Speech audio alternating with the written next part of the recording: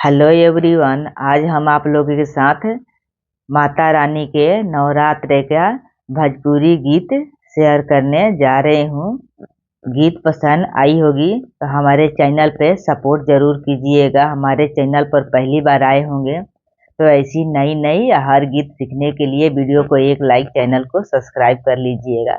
तो चलिए गीत को शुरू करते हैं। रुनु झुनु मैया आवसी होया गानावा, रुनु झुनु मैया आवसी होया गानावा, रुनु झुनु।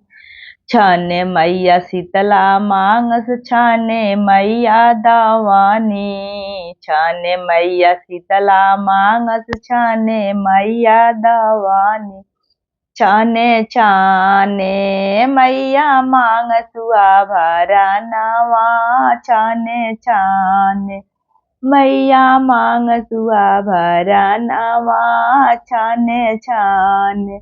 छाने मैया शीतला देबो, छाने मैया दवानी, छाने मैया शीतला देबो, छाने मैया दवानी। छाने छाने मैया देबो या भरा नावा, छाने छाने मैया देबो या भरा नावा, रुनु झुनु मैया आवसी होया गानावा, रुनु झुनु। छाने मैया जलवा मांगस, छाने मैया फूलावा, छाने मैया जलवा मांगस, छाने मैया फूलावा। छाने छाने मैया मांगसुआ भरा नावा, छाने छाने मैया मांगसुआ भरा नावा, छाने छाने। छाने मैया जलवा देबो, छाने मैया फूलावा, छाने मैया जलवा देबो, छाने मैया फूलावा। छाने छाने मैया देबो या भरा नावा, छाने छाने मैया देबो या भरा नावा, छाने छाने। रुनु झुनु मैया आवसी होया गानावा, रुनु झुनु मैया आवसी होया गानावा। छाने मैया पुड़िया मांगे, छाने मैया पुआवा, छाने मैया पुड़िया मांगे, छाने मैया पुआवा। छाने छाने मैया मोरे मांगसुआ भरा नावा, छाने छाने मैया मोरे मांगसुआ भरा नावा, छाने छाने।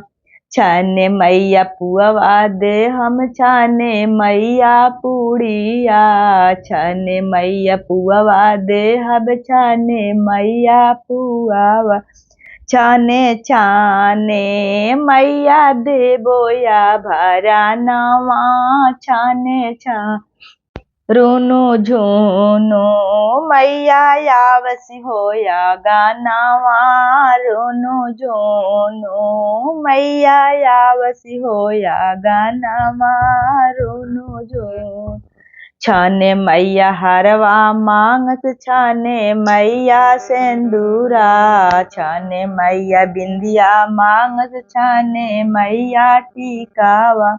छाने छाने मैया मांगसुआ भरा नावा, छाने छाने मैया मांगसुआ भरा नावा, छाने छाने।